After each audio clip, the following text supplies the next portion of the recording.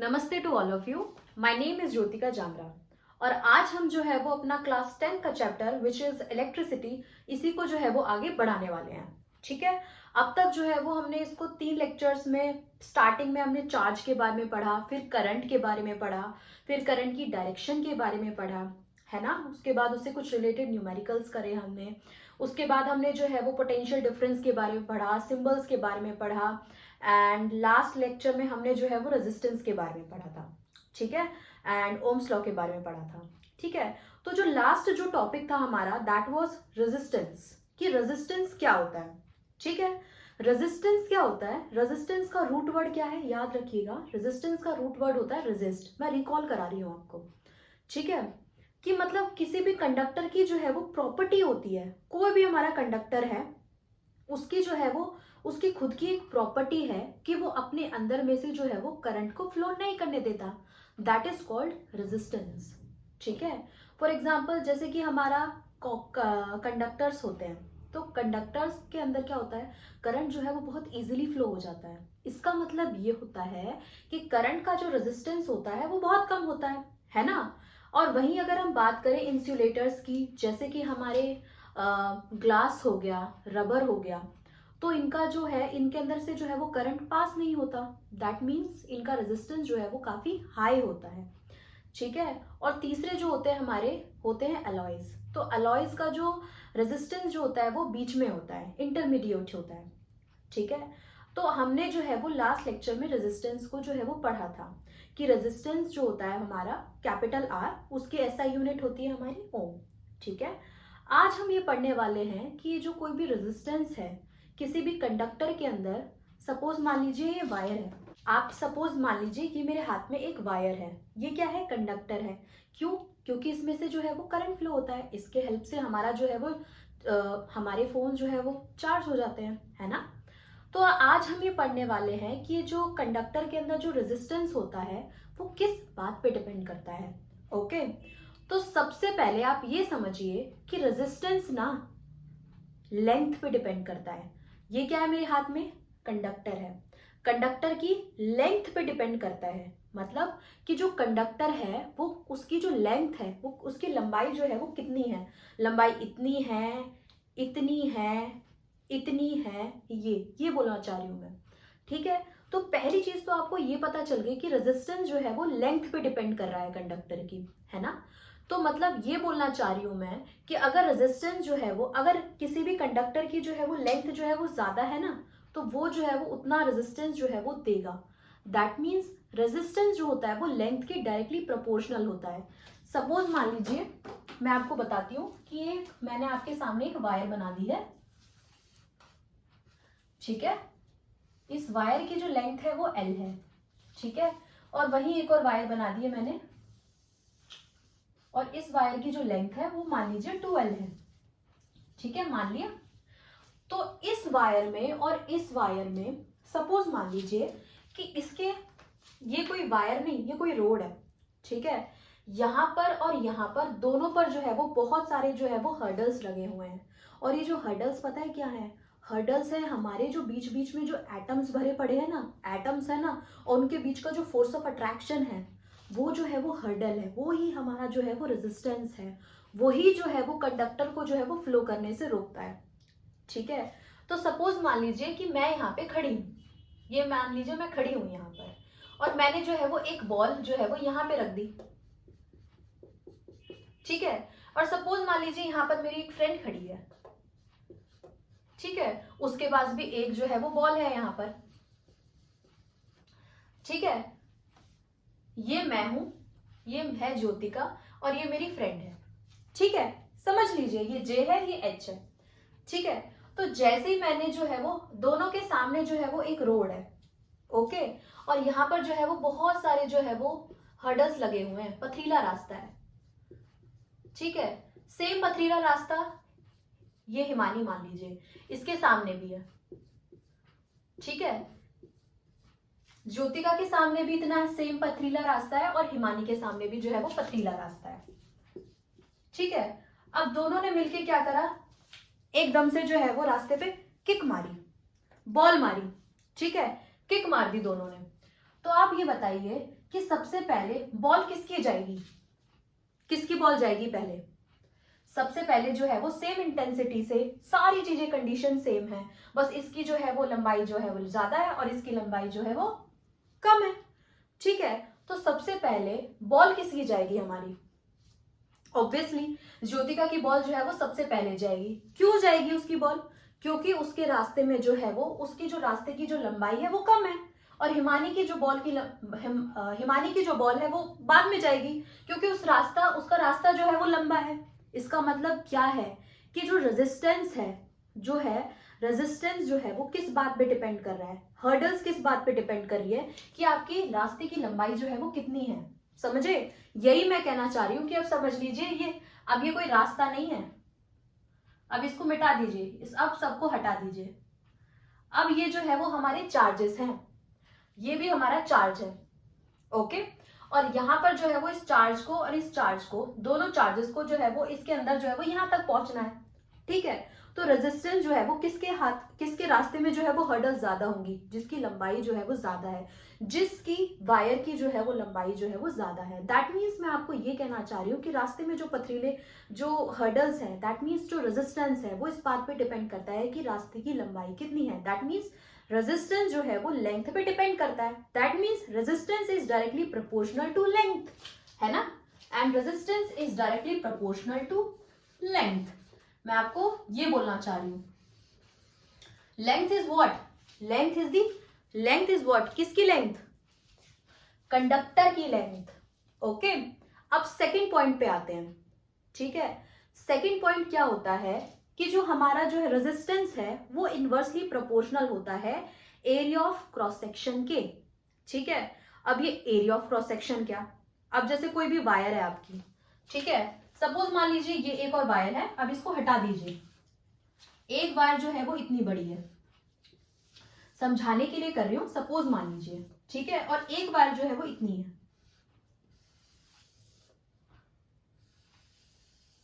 ठीक है, तो सबसे पहले तो आप समझिए कि एरिया ऑफ क्रॉस सेक्शन होता क्या है। जैसे जनरली हमारी जो वायर्स होती हैं वो सिलेंड्रिकल शेप में होती है ना? तो ये जो एरिया होता है ना, जहां से इलेक्ट्रॉन्स जो है वो मूव करना स्टार्ट करते हैं या फिर जो है वो आते जाते हैं हमारे इलेक्ट्रॉन्स, इस एरिया को, इसको बोला जाता है area of cross section. Area of cross section. ठीक है, पहले तो आपको ये चीज क्लियर होनी चाहिए कि एरिया ऑफ क्रॉस सेक्शन में किसका बोलना चाह रही हूं। जैसे कि ये सिलेंड्रिकल वायर है ना, तो सिलेंड्रिकल वायर के कर्व्ड सरफेस की बात नहीं कर रही मैं, सिर्फ और सिर्फ इस पार्ट की बात कर रही हूं मैं, सिर्फ और सिर्फ पाई आर स्क्वायर की बात कर रही हूं। मैं इसको सामने से देखूंगी तो हमारी वायर इस टाइप से दिखेगी ना, तो मैं इस पाई आर स्क्वायर एरिया की बात कर रही हूं, दिस एरिया। ओके, मैं इसकी बात कर रही हूं मैं। तो हमारा जो रेजिस्टेंस है वो इस बात पे भी डिपेंड करता है कि हमारा जो एरिया ऑफ क्रॉस सेक्शन का साइज कितना है, मतलब एरिया ऑफ क्रॉस सेक्शन बड़ा है या छोटा है, बड़ा है या छोटा है। और पता है क्या होता है कि अगर हमारा एरिया ऑफ क्रॉस सेक्शन जो है वो बड़ा है ना, तो हमारा जो रेजिस्टेंस है वो क्या हो जाएगा? कम हो जाएगा। तो ये मान लीजिए कि इसको यहाँ से किसी भी पार्टिकल को, या फिर सपोज मान लीजिए कि यहाँ पे जो है वो हर्डल्स है, यहाँ पे सेम नंबर ऑफ एटम्स है, समझाने के लिए बोल रही हूँ मैं, कोई मतलब एक रूम है, यहाँ पे जो है वो लोग खड़े हैं, ठीक है, और सेम नंबर ऑफ लोग जो है वो यहाँ पे खड़े हैं। ठीक है, अब मुझे जो है वो, अब सपोज मान लीजिए यहाँ पर फिर एक दोबारा, यहाँ पर जो है वो दोबारा ज्योतिका खड़ी हो गई यहाँ पे आके, और यहाँ पे जो है वो हिमानी आ गई है खड़ी होके। ये हमें हिमानी है, ये ज्योतिका है। ठीक है, तो ये एरिया ऑफ क्रॉस सेक्शन, अब इन दोनों को जो है वो यहाँ पे आना है, किसको ज्यादा टाइम लगेगा? नंबर ऑफ पार्टिकल्स समझ लीजिए सेम है, ठीक है, तो कौन सबसे पहले ज्यादा पहुंचेगा? देखो, अब हिमानी जैसे चलना स्टार्ट करेगी तो यहाँ पे फिर एक बंदा आया, फिर एकदम से फिर आया एक बंदा, फिर वो फिर रुकेगी, तो उसको टाइम लगेगा। लेकिन ज्योतिका को, मतलब मेरे को अगर आगे जाने के लिए क्या करना पड़ेगा? मेरे को स्पेस ज्यादा है, तो मेरे को जो है वो, मैं जल्दी जल्दी जो है वो यहाँ पे फिर दोबारा पहुंच जाऊंगी। ठीक है, मैं दोबारा यहाँ पे जल्दी पहुंच जाऊंगी। क्यों? क्योंकि यहाँ पे जो है वो रेजिस्टेंस जो है वो कम था। क्यों? यहाँ पे रेजिस्टेंस जो है वो कम था। आप ये मान लीजिए कि रेजिस्टेंस जो है वो इनवर्सली प्रोपोर्शनल होता है हमारे एरिया ऑफ क्रॉस सेक्शन की। Resistance is inversely proportional to area of cross section, मतलब जितना ज्यादा बड़ा एरिया ऑफ क्रॉस सेक्शन उसका रेजिस्टेंस कम। अगर area of cross section is छोटा तो हमारा रेजिस्टेंस जो है वो ज्यादा। ठीक है, अब ये चीज समझ आई। पहले तो दो चीजें आपके दिमाग में क्लियर होनी चाहिए कि रेजिस्टेंस जो है वो लेंथ पे डिपेंड करता है। कैसे डिपेंड करता है? डायरेक्टली प्रोपोर्शनल होता है। And second one is resistance जो है वो इनवर्सली प्रोपोर्शनल होता है हमारे एरिया ऑफ क्रॉस सेक्शन के। ओके, समझ आ गया। अब इन दोनों ये जो इक्वेशंस मैंने निकाली हैं इनको अगर मैं कंबाइन कर दूं फर्स्ट को और सेकंड को, तो ये पता चल जाएगा कि हमारा रेजिस्टेंस जो है वो in totality length L by A के जो है वो डायरेक्टली प्रोपोर्शनल है। ये बोलना चाह रही हूं ना मैं कि रेजिस्टेंस जो है वो डायरेक्टली प्रोपोर्शनल होता है L बाय ए के रेशियो के। एग्जैक्टली यही बोलना चाह रही हूँ ना मैं। अब अगर मैं इस कांस्टेंट ऑफ प्रोपोर्शनैलिटी को हटाती हूँ ना, सपोज मान लीजिए मैंने यहाँ पे कांस्टेंट ऑफ प्रोपोर्शनैलिटी को जो है वो हटा दिया, तो ये कितना हो जाएगा हमारा? इस कांस्टेंट ऑफ प्रोपोर्शनैलिटी को हटाते हैं ना, तो फिर जो है मतलब ये प्रोपोर्शनैलिटी को हटाते हैं ना डायरेक्टली प्रोपोर्शनल को, तो यहाँ पर जो है वो एक कांस्टेंट ऑफ प्रोपोर्शनैलिटी आता है। इसको पता है क्या बोलते हैं? इसको बोला जाता है रो। ठीक है, इसको जो है वो रो से रिप्रेजेंट किया जाता है और ये L बाय ए का रेशियो जो है वो एज इट इज आ जाएगा। ठीक है, अब यहाँ पे ये रो क्या होता है? रो होता है हमारा रेजिस्टिविटी। क्या होता है हमारा? रो इज रेजिस्टिविटी।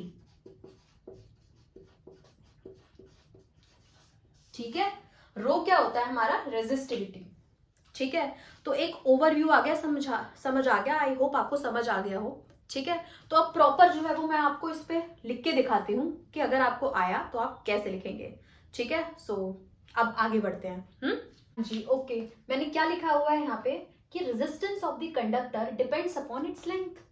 रेजिस्टेंस किसी भी कंडक्टर का, यही तो लिखा था मैंने शुरुआत में आपको बताया था वायर के थ्रू, कि किस पे डिपेंड करता है? हमारी लेंथ पे डिपेंड करता है।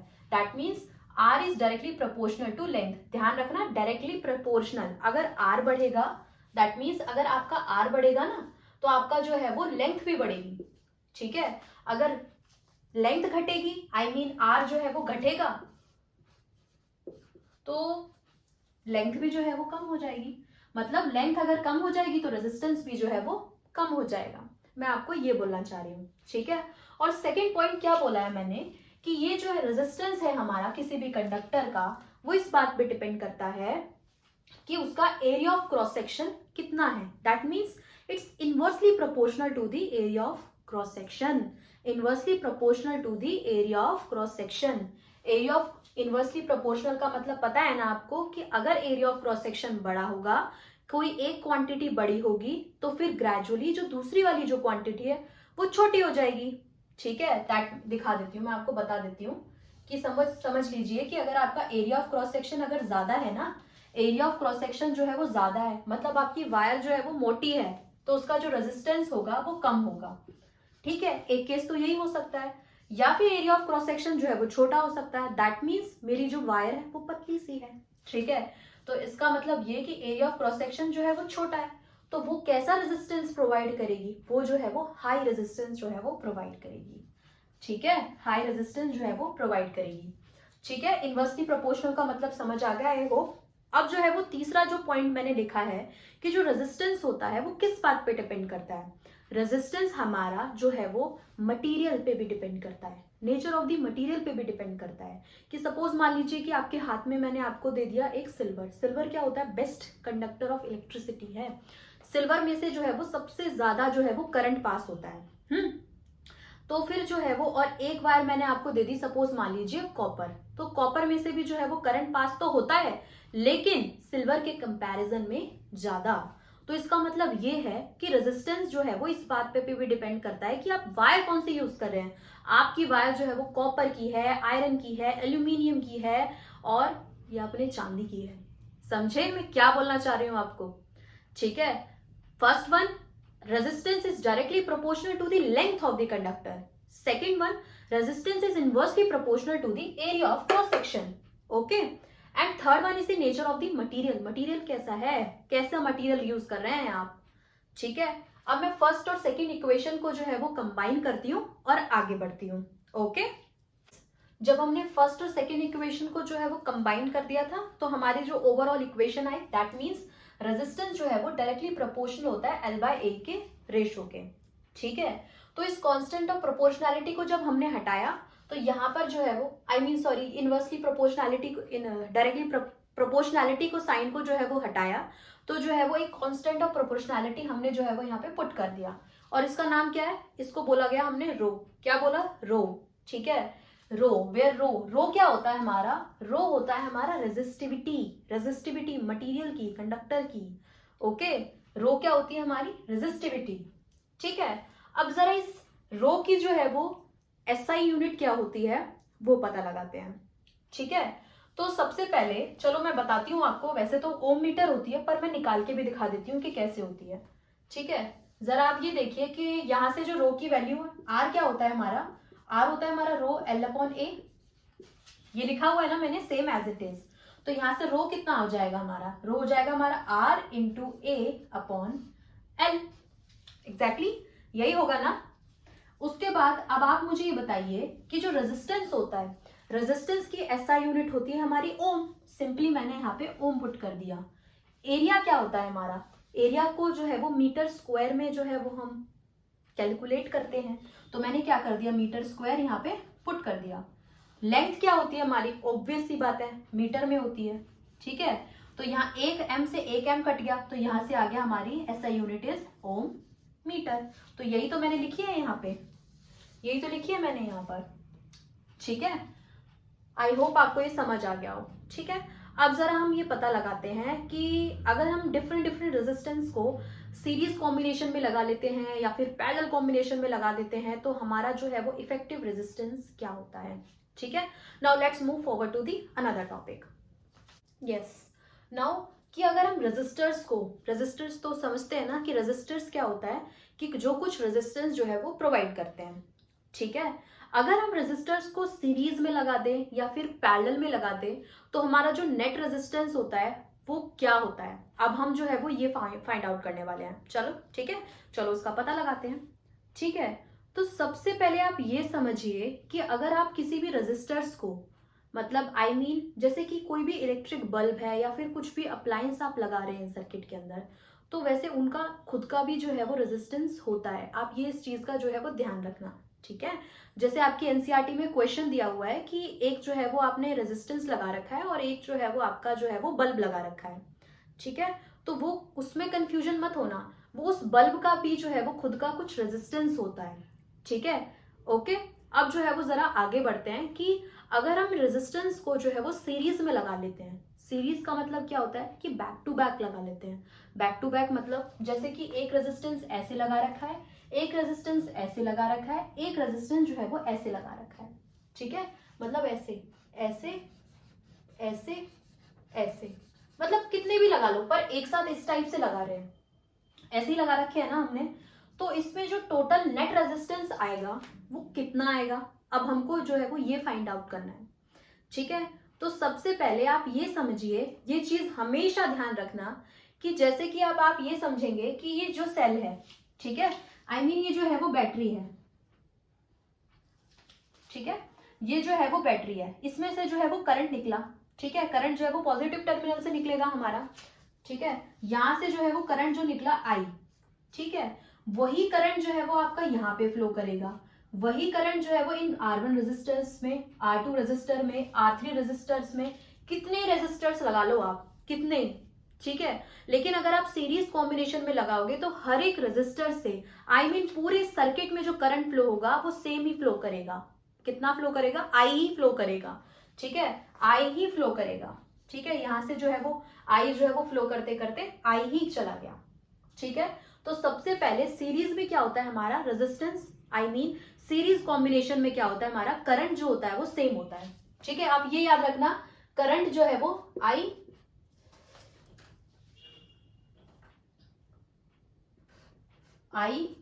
सेम, ठीक है। ये चीज जो है वो याद रखना, सीरीज में जो होता है हमारा करंट जो होता है वो हमारा सेम होता है, ठीक है।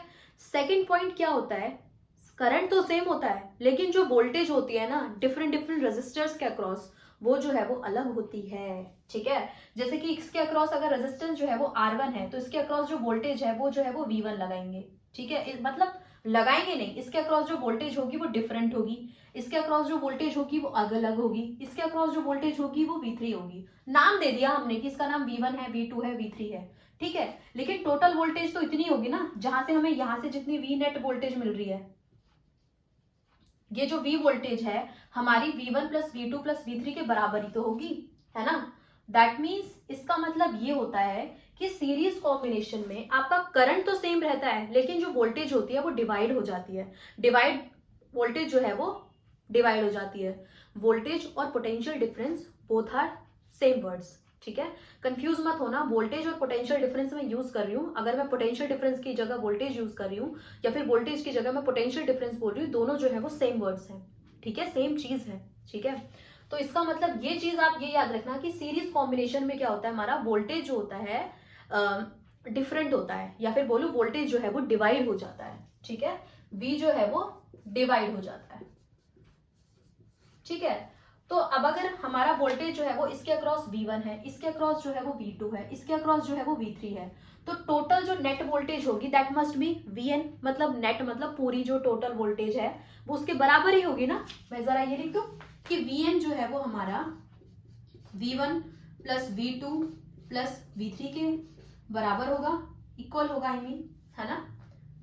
ये जो V नेट वोल्टेज है वो V1 plus V2 plus V3 के इक्वली तो होगा, और तो एक्स्ट्रा वोल्टेज तो आ नहीं जाएगी सर्किट के अंदर, है ना। इसी ये जो सेल लगा रखा है, यही सेल ही जो है वो हमारा पोटेंशियल डिफरेंस जो है वो क्रिएट कर रहा है बैटरी के अंदर, है ना, ठीक है। तो अब हमारा जो है वो ओम्स लॉ हमने पढ़ी थी। ओम्स लॉ क्या बोलती है? ओम्स लॉ ये बोलती है कि आपका जो पोटेंशियल डिफरेंस होता है वो जो है वो इस बात पे डिपेंड करता है कि आपके सर्किट में कितना करंट फ्लो करेगा, ठीक है। That means V is equal to IR, ठीक है। तो यहाँ पे आप ये बताइए, सबसे पहले तो करंट तो सेम रहेगा, ठीक है, Vn किसके बराबर हो जाएगा? करंट तो हमारा पूरे सर्किट में I ही फ्लो कर रहा है, तो मैं I लूंगी, ठीक है।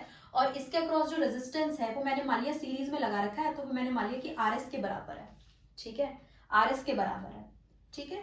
और V1 जो है वो हमारा V1 क्या है हमारा?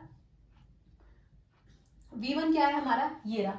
इसके अक्रॉस जो करंट फ्लो करेगा बताइए क्या होगा? ऑब्वियसली करंट तो हर जगह जो है वो सेम फ्लो कर रहा है, तो मैंने जो है वो IR लिख दिया, यहाँ पे I लिख दिया।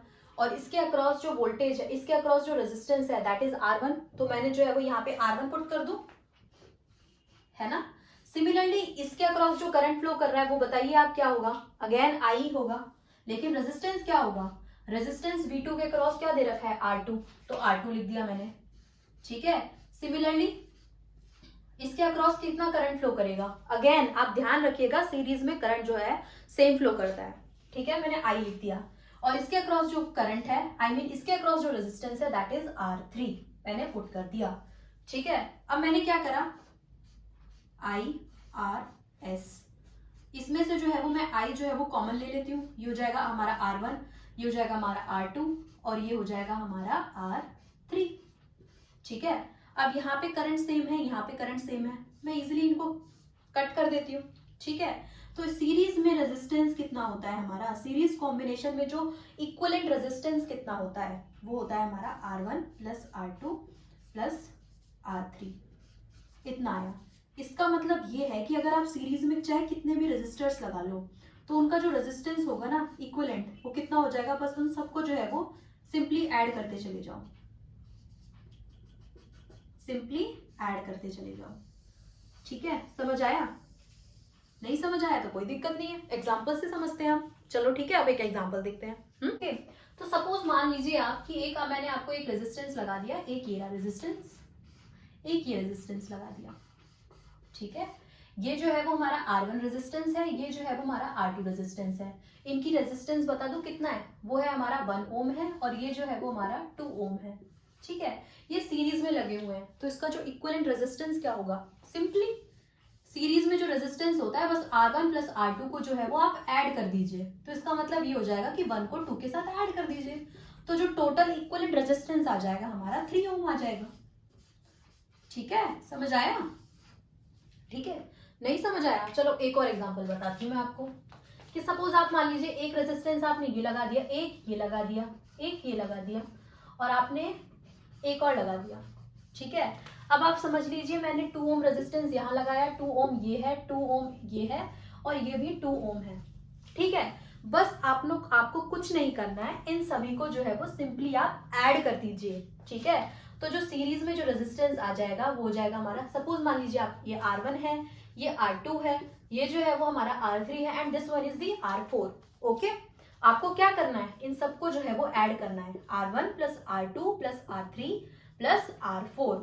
ठीक है, आप इन सबको ऐड कर देंगे तो कितना आ जाएगा, बस आप इनको ऐड करिए, 2 पुट करिए, यहाँ पे भी 2 लिखिए क्योंकि ये 2 ही दे रखा है ना मैंने, that's why I am putting this. ठीक है, और ये जो है वो R4 भी क्या है, 2 है। अब इन सबको ऐड करेंगे तो कितना आ जाएगा हमारा, ये आ जाएगा हमारा 8 ओम, है ना। अब आया समझ, इनको सिंपली आप ऐड कर दीजिए। ठीक है, अब जो है हम पता लगाते हैं कि अगर हमारा रेजिस्टेंस जो है, रेजिस्टर्स जो है वो पैरेलल कॉम्बिनेशन में लगे हुए हैं तो इक्विवेलेंट जो रेजिस्टेंस आएगा वो क्या आएगा। ओके, चलो अब जरा पता लगाते हैं कि अगर हमारा जो रेजिस्टर्स है वो पैरेलल कॉम्बिनेशन में लग गए तो हमारा रेजिस्टेंस जो है वो क्या आएगा। ठीक है, तो सबसे पहले तो आप ये समझिए कि पैरेलल मतलब कि पैरेलल में कैसे लगे हैं। पैरेलल मतलब एक के नीचे एक, एक के नीचे एक, इस टाइप से, ये पैरेलल ही तो है, लाइंस पैरेलल इस टाइप से तो होती हैं। तो रेजिस्टेंस जो है वो जैसे कि एक ऐसे लगा रखा है, एक ऐसे लगा रखा है और एक ऐसे लगा रखा है। ठीक है, लेकिन तीनों के एंड्स जो है वो कनेक्टेड है।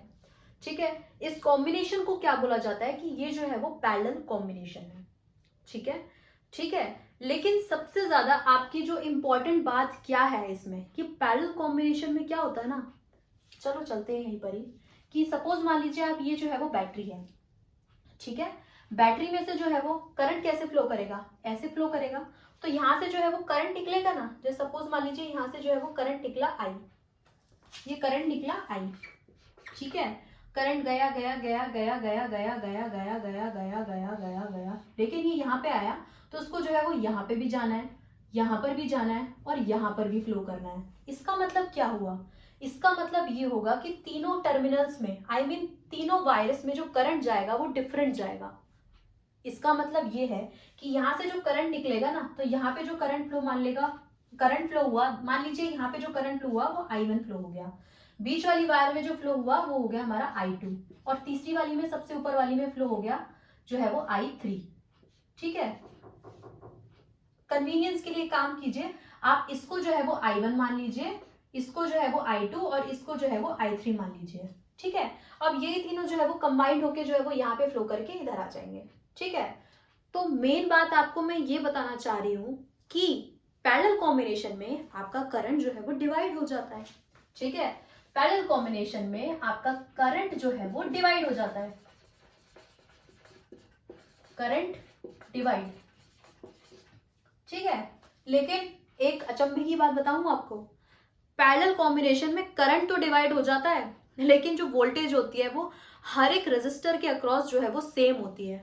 मतलब आप ये समझ लीजिए R3 के अक्रॉस जो रेजिस्टर, आई मीन R3 के अक्रॉस जो पोटेंशियल डिफरेंस है, पोटेंशियल डिफरेंस या voltage, both are same. Again मैं बता रही हूँ आपको, इसके अक्रॉस जो वोल्टेज है, इसके अक्रॉस जो वोल्टेज है, इसके अक्रॉस जो वोल्टेज है, चाहे 20 और लगा लो, उन सभी के अक्रॉस जो वोल्टेज होगी वो सेम होगी, सेम, बिल्कुल सेम। मतलब इन दोनों कंडक्ट, मतलब ये जो रेजिस्टर लगा रखा है ना मैंने, इसके अक्रॉस जो पोटेंशियल डिफरेंस है, अगर यहाँ पे 1 है तो यहाँ पर भी 1 होगा, यहाँ पर भी 1 होगा। अगर मैंने 100 बार रेजिस्टेंस भी लगा दिया अगर पैरेलल कॉम्बिनेशन में, तो वहां पर भी पोटेंशियल डिफरेंस जो है वो 1 ही होगा। ठीक है, समझ गए मैं क्या बोलना चाह रही हूँ कि सीरीज कॉम्बिनेशन में तो पोटेंशियल डिफरेंस जो है वो क्या होता है, डिफरेंट हो जाता है, लेकिन पैरेलल कॉम्बिनेशन में जो पोटेंशियल डिफरेंस होता है वो जो है वो सेम रहता है। ठीक है, potential difference is same. Okay, I hope आपको ये समझ आ गया हो। ठीक है, आ ही गया होगा। चलो अब आगे बढ़ते हैं। ठीक है, अब क्या है, मैं आपको क्या बताना चाह रही हूँ कि जो करंट जो है वो, अब यहाँ से सपोज मान लीजिए कि यहाँ पे जो है वो करंट जो है वो I निकला, तो ये करंट जो है वो I1 में डिवाइड हो गया, I2 में डिवाइड हो गया, I3 में डिवाइड हो गया across resistance R1, R2 and R3। ठीक है, तो टोटल जो करंट होगा, पहले जो टोटल करंट निकला था वो क्या था, I था, तो ये तो इसी के बराबर ही होगा ना, I1 plus I2 plus I3 के बराबर ही होगा ना। यहाँ पे एक्स्ट्रा तो करंट जो है वो प्रोड्यूस तो होएगा नहीं। ये अगर यहाँ पे करंट जो है वो 2 निकला, आई मीन समझ लीजिए कि यहाँ पे जो है वो I निकला, तो ये जो है वो 3 पार्ट्स में डिवाइड हो जाएगा। ठीक है। अगर एक और रजिस्टर निकल रहा होता तो एक और रजिस्टर यहाँ पे मैंने कनेक्ट कर रखा होगा, पैरेलल में कर रखा होता अगर पैरेलल में, तो आई जो है वो i1 plus i2 plus i3 plus i4 के बराबर हो जाता। ठीक है। अब ये i1 i2 i3 i4 हमें पता नहीं है, ठीक है, लेकिन हमें ये पता है कि करंट जो है वो डिवाइड हो गया है 4 पार्ट्स में। ठीक है, i1 plus i2 plus i3। ठीक है। अब मैं आपको ये बताती हूँ, सबसे पहले तो आप ये समझिए Ohm's law, again Ohm's law. Ohm's law क्या बोलती है, V is equal to I R होता है ना हमारा, बाय ओम्स लॉ। इसको इधर रखिए। ठीक है। तो यहां से जो करंट हो जाएगा वो कितना हो जाएगा हमारा, V अपॉन आर। करंट क्या हो जाएगा हमारा, V अपॉन आर, है ना। तो मैंने क्या करा यहाँ पे, V अपॉन आर जो है वो लिख दिया। ठीक है। लेकिन यहाँ पे जो ये वाला जो रेजिस्टेंस है वो मैंने मान लिया कि पैरेलल में जो रेजिस्टेंस होता है वो मैंने मान लिया आरपी, ये जो है वो आरपी है। ओके। अब जरा आप ये बताइए कि I1 के अक्रॉस जो है वो वोल्टेज क्या होगी हमारी, पैरेलल में वोल्टेज जो है वो सेम रहती है, चाहे 100 भी लगा दूं मैं पैरेलल में, उसकी भी वोल्टेज जो है वो सेम रहेगी। तो यहाँ पे अगर V वोल्टेज है तो इसकी भी वोल्टेज जो है वो V ही रहेगी। ठीक है। तो यहाँ पर भी V लिखूंगी मैं, और रेजिस्टेंस कितना हो जाएगा हमारा R1। ठीक है। I1 के अक्रॉस जो रेजिस्टेंस है वो R1 ही तो है, और I2 के अक्रॉस I2 कितना हो जाएगा हमारा, I2 हो जाएगा इसके अक्रॉस जो वोल्टेज है अगेन सेम V ही होगी, और अपॉन में रेजिस्टेंस, रेजिस्टेंस कौन सा, जो इतना इसके थ्रू कितना रेजिस्टेंस है यहाँ पे R2 है। ठीक है। सिमिलरली यहाँ पे क्या आ जाएगा हमारा V बाय R3, इजी। ठीक है। अब मैंने क्या कर लिया, आरपी आ गया है ना, और हमने क्या करा, इसमें से V जो है वो कॉमन ले लिया। ओके। तो ये हो जाएगा हमारा 1 bye R1 plus 1 bye R2, और उसके बाद ये हो जाएगा हमारा 1 बाय R3, इजी। ठीक है। फिर हमने क्या करा, हमें पता है कि वोल्टेज तो जो है वो सेम थी, तो V से V जो है वो कैंसिल हो गया, तो हमारा जो रेजिस्टेंस आ गया पैरेलल में वो आ गया हमारा 1 upon R1 plus 1 upon R2 plus 1 upon R3। Simply आप इनको जो है वो इनके रेसिप्रोकल्स को जो है वो ऐड कर दीजिए, तो पैरेलल कॉम्बिनेशन का जो रेजिस्टेंस है, इक्विवेलेंट रेजिस्टेंस है, वो आपके पास आ जाएगा, है ना। 1 बाय आरपी कितना हो जाएगा हमारा, अगर बहुत सारे रेजिस्टेंस दे दिए तो 1 bye R1 plus 1 bye R2, ये हो जाएगा हमारा plus 1 by R3 and so on. ठीक है। ठीक है। अब आ गया समझ। अब जरा एक दो एग्जांपल्स बताती हूँ मैं आपको, तो ताकि जो है वो पूरा क्लियर हो जाए। ठीक है। चलो अब एक एग्जांपल देखते हैं। यस। अब चलो जरा पता लगाते हैं कि अगर हमारे रेजिस्टेंस जो है वो पैरेलल में लगेंगे तो रेजिस्टेंस जो है वो कैसे फाइंड आउट करेंगे हम। ठीक है। सपोज मान लीजिए आप जो है वो ये एक रेजिस्टेंस, सपोज मान लीजिए आप ये जो है वो एक रेजिस्टेंस है, और ये जो है वो एक और रेजिस्टेंस है। ठीक है। ये R1 रेजिस्टेंस है, ये R2 रेजिस्टेंस है, ये जो है वो आपका 2 ओम का है, और ये भी समझ लीजिए ये भी जो है वो 2 ओम का है। ठीक है। तो रेजिस्टेंस जो पैरेलल में होता है हमारा, तो 1 अपॉन आरपी कितना होता है हमारा, that is 1 upon R1 plus 1 upon R2। ठीक है। तो 1 अपॉन रेजिस्टेंस इन पैरेलल कितना हो जाएगा हमारा, 1 अपॉन R1, R1 की वैल्यू कितनी दे रखी है 2। ठीक है। और R2 की भी वैल्यू जो है वो 2 ओम है। ठीक है। तो हमारा 1 अपॉन रेजिस्टेंस इन पैरेलल कितना हो जाएगा हमारा, ये हो जाएगा 2 प्लस अपॉन 2 दैट इज 1। तो आप ये याद रखना अभी तो जो है वो वैल्यू 1 ही आई है। ठीक है। तो हमारा जो रेजिस्टेंस इन पैरेलल की वैल्यू ये जो है वो 1 अपॉन आरपी की वैल्यू है, लेकिन आपको निकालनी किसकी है, ऑब्वियस सी बात है आरपी की वैल्यू निकालनी है आपको। ठीक है। तो यहाँ से कितना आ जाएगा हमारा, आरपी इज ऑल्सो 1 ओम। ठीक है। अब जरा चलो एक और एग्जांपल देखते हैं कि अगर हमारा रेजिस्टेंस जो है वो इस टाइप से है, एक रेजिस्टेंस ये रहा, एक रेजिस्टेंस जो है वो ये रहा, एक रेजिस्टेंस जो है वो ये हमारा ये रहा। सपोज मान लीजिए ये जो है वो हमारा 2 है ओम है, ये भी 2 ओम है, और ये जो है वो हमारा 4 ओम है। क्लियर। ये है हमारा R1 है, ये R2 है, और ये जो है वो हमारा R3 है। तो हमारा रेजिस्टेंस जो है वो पैरेलल में कितना होगा, कुछ नहीं है, बस सीधा सीधा जो है वो 1 अपॉन आरपी कितना हो जाएगा, 1 upon R1 plus 1 upon R2 plus 1 upon R3। ठीक है। ये लिखा हुआ है ना मैंने। अब जो है वो 1 अपॉन आरपी कितना हो जाएगा हमारा, ये हो जाएगा सिंपली 1 अपॉन 2 पुट कर दूंगी, प्लस R2 कितना दे रखा है 1 अपॉन 2। ठीक है। और R3 कितनी वैल्यू है, वो आ गया हमारा 4। ठीक है। अब जरा मैं 1 अपॉन आरपी की वैल्यू निकालूंगी तो ये कितना हो जाएगा हमारा 4 हो जाएगा। ये कितना आ जाएगा हमारा 2 + 2 + 1, ठीक है। तो 1/RP कितना आ जाएगा हमारा रेजिस्टेंस, 1/RP आ जाएगा हमारा 5/4, ठीक है। लेकिन आप ये याद रखिएगा, ये 1/RP की वैल्यू निकली है और RP की वैल्यू निकालनी है आपको।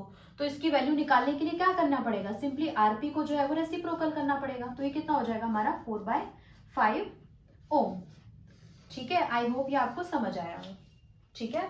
अब नेक्स्ट जो टॉपिक है हम नेक्स्ट टॉपिक जो है हम नेक्स्ट लेक्चर में करेंगे। और अगर आपको ये पसंद आई हो वीडियो तो प्लीज लाइक करना, शेयर करना एंड सब्सक्राइब करना। And thank you for watching.